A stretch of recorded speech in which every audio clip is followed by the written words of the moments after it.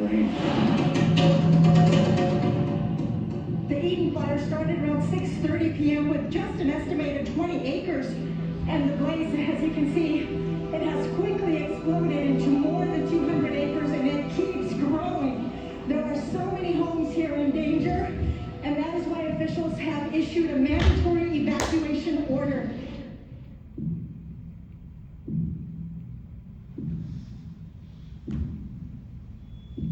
All right, yeah. Yeah, let's get out of here. We tried, man. Sorry.